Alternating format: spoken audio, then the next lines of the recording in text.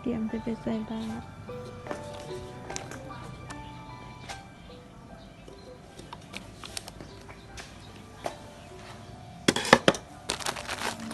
ขนมงานไปวัด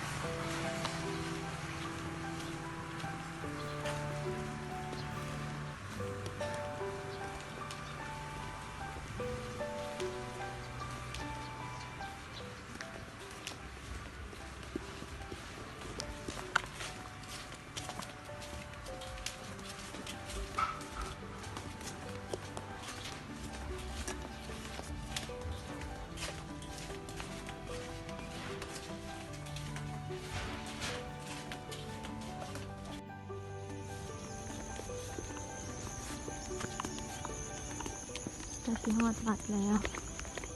งานประมาณลัดทองนามามีสวนกระปลูกผักกันต้องมา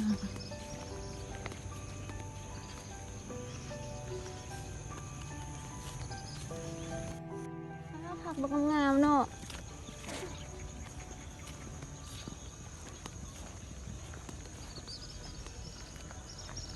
สวนตัว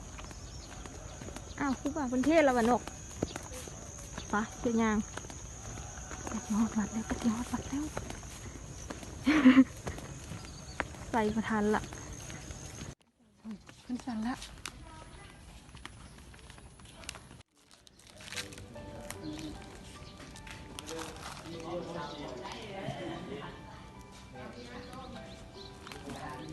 ใส่ชุดให้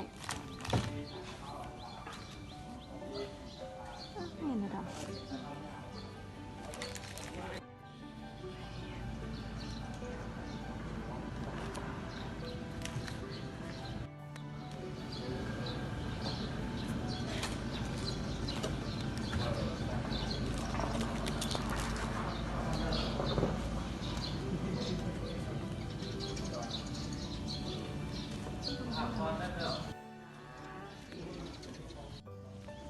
นี่เป็นวัดใส่แล้วล่ะ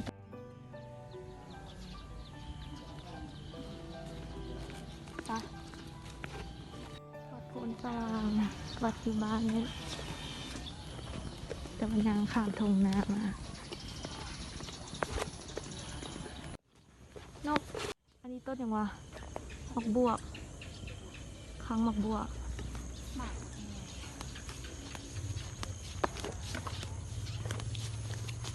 ผักกาดผักตุกก็มีเนาะไปพี่กันดำพี่กัน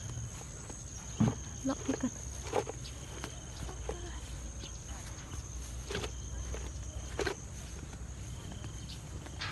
ทำนาแถวบ้านนี่ก็ค้างหมักบวบนี่ผักแวนอันนี้ผักแวนปลูกผักแวน